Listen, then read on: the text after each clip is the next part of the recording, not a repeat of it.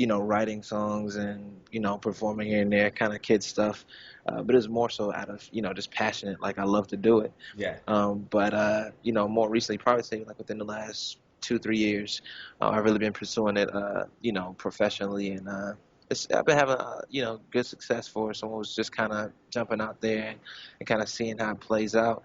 Um, you know, I just love what I do. But professionally, about 2, 3 years. But music has been a part of my life since I can ever remember.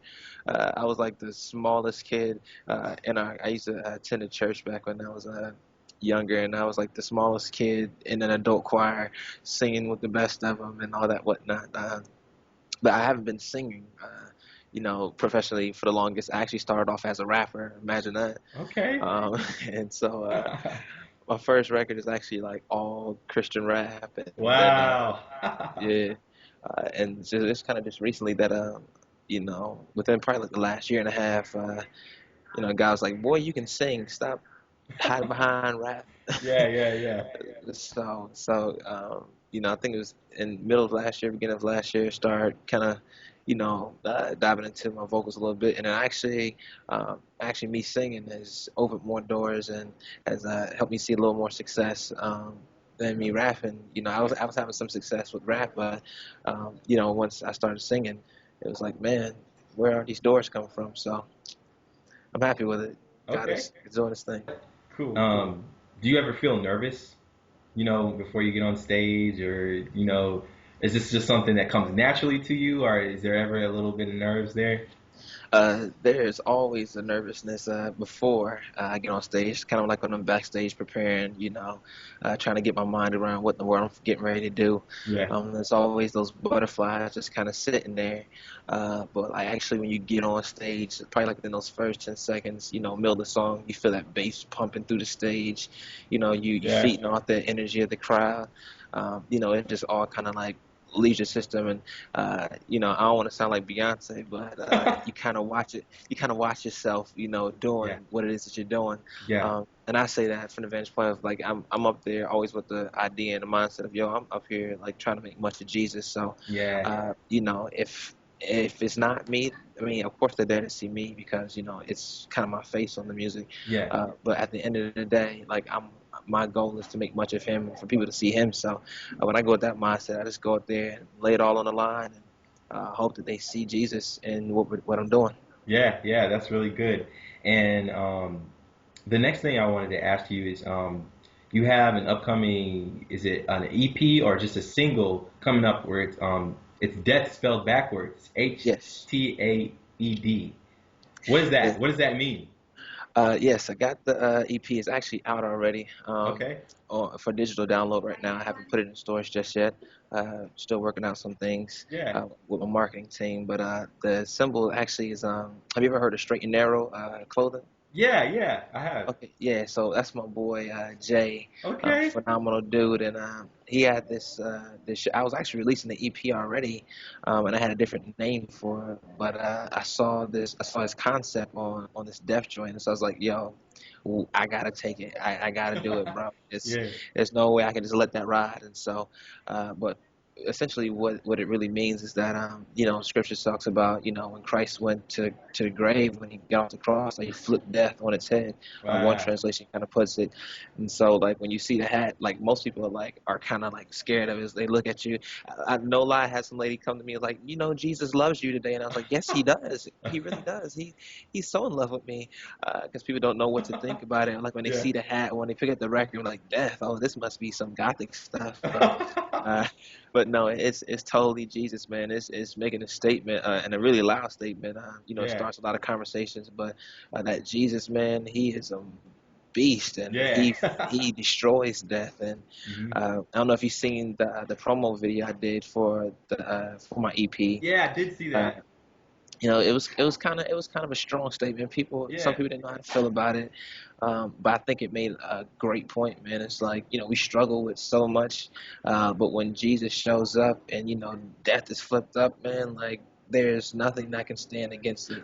He will But it's end going to you. be awesome. Awesome, awesome. And I'm really excited about that. And that actually kind of brings me into your into my next question for you. You know, speaking of your videos, some of your videos can be interpreted as, controversial or like strong statements, as you would say. Mhm. What do you have to say to people who may misinterpret those things or misunderstand those things? Because a lot of your videos and in your music is talking about real issues that like real Christians deal with. You know what I mean? Right, We're not all just straight laced, perfect every single day. These right. are temptations that we face each day. So what do you say to people who maybe think that's too far, that's too much of a stretch? I don't believe in a sterile message. I think we kind of get our picture of Christianity from our churches, and most of our churches are, we kind of present like this sterile environment. Like you can't Yeah, do this, you can't do that, you can't add tattoos, you can't wear earrings, and like everybody comes in there perfect. Like I don't struggle with looking at girls. yeah. No, I don't struggle with like having a relationship with God, and we all know that's not the truth. Like Right. we sometimes like call it, some people say the church is a hospital, and the reason why we call it that is because it's a bunch of hurt behind people in there. Yeah. And so I'm looking at it and I was like, yo, like if we keep singing around the issue, man, like ain't nobody ever going believe that they can come to Jesus just as they are. Yeah. And I'm a proponent of this. It's like I don't believe in I'm perfect, Yeah. and I'm not afraid to share those perfections and those imperfections. I thank God He's dealing with me and that He's Yeah. growing me daily. But I'm not ashamed of my imperfections because I know God's working them out of me, and so I choose to share those imperfections, in the music that I write.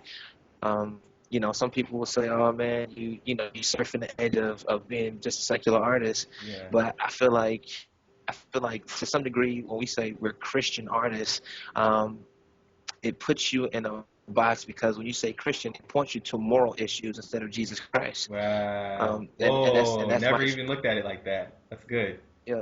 That's my issue with the titles of Christian artists is because the moment you say that, people are expecting you to have this perfected stance of morality and all these different things.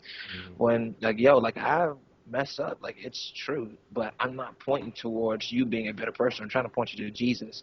So if I can tell a story that is that resolves in Jesus Christ, then I want to do that. If I can make a video that resolves in pointing you towards Jesus Christ and making that turn, I'm going to do that. And I can't go off of what people say is Yeah. Yeah. okay and normal, because if we just went with what's okay and normal, there'll never be any change.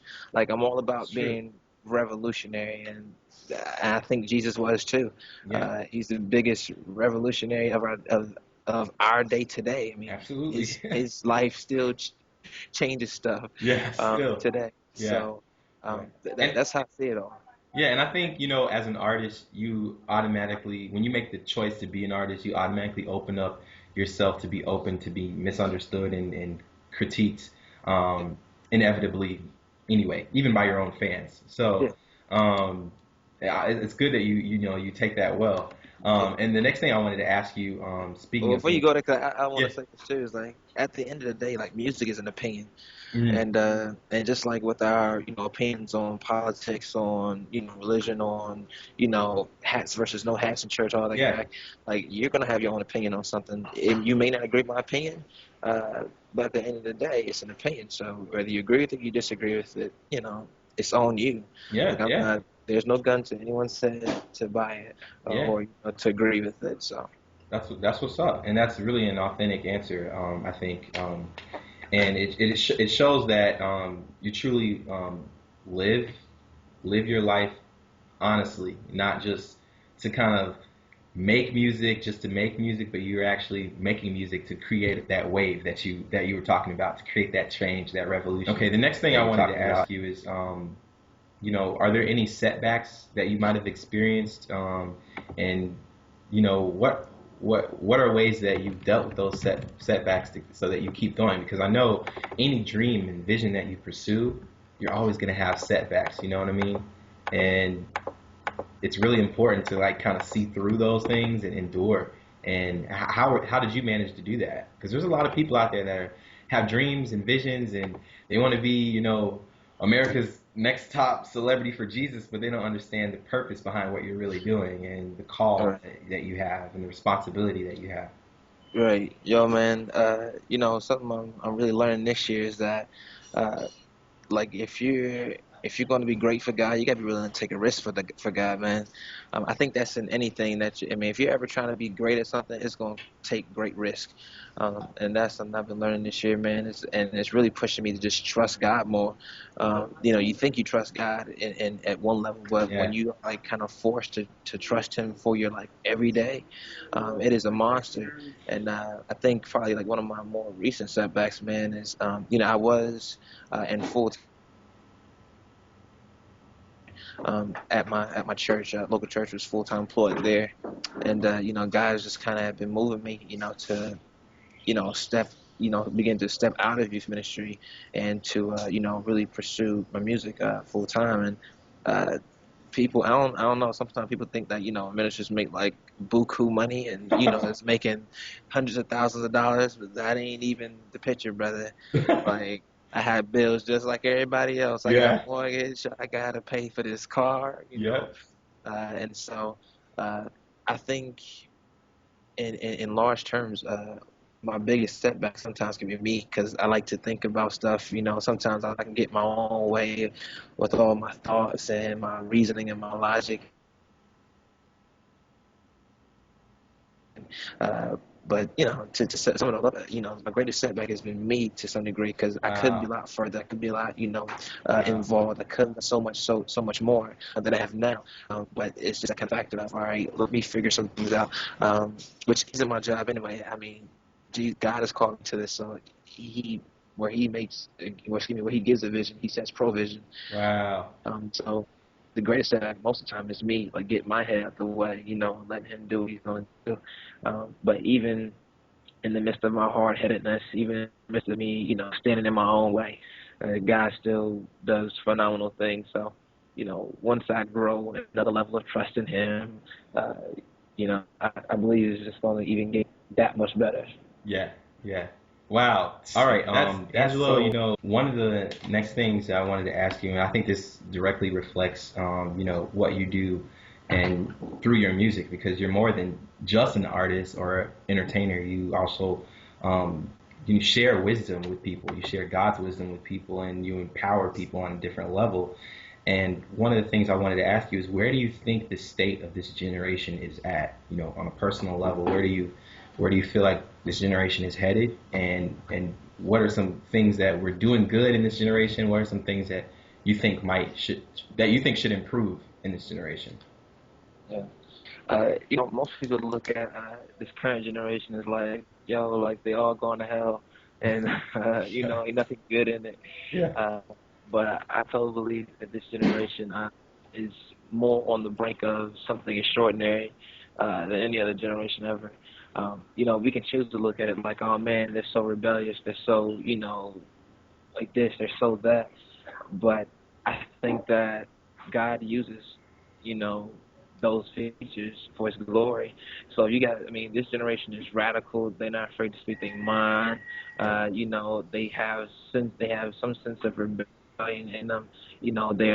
They have no fear kind of mentality to them. Many of them.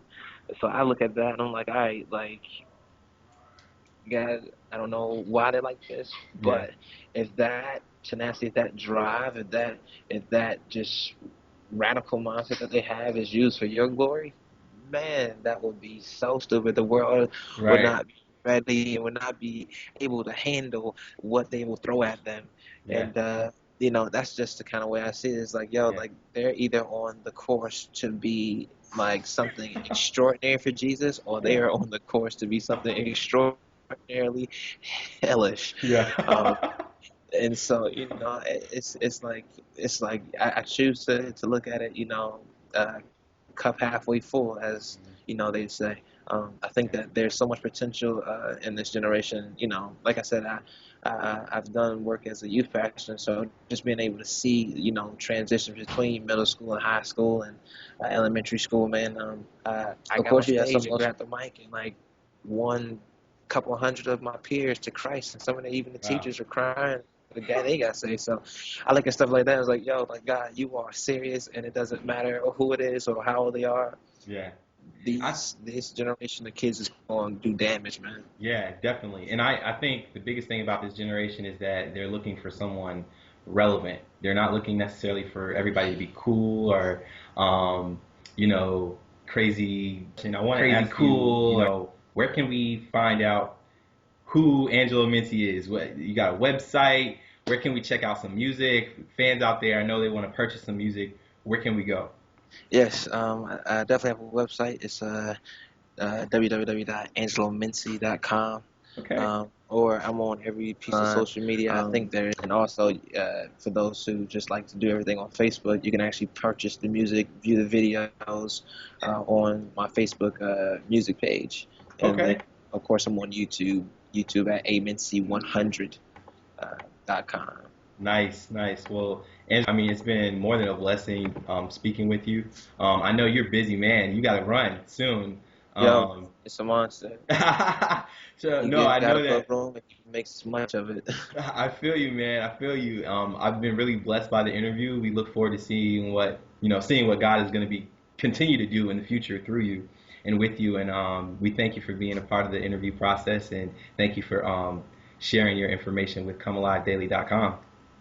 Most definitely, man. I appreciate y'all. No sweat, man. You have a good one. You do the same, man. Take care. Later.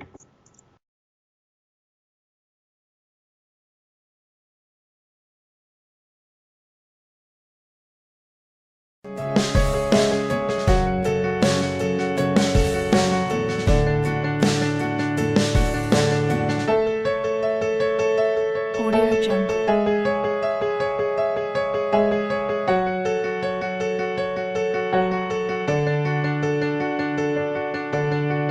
Audio Jungle.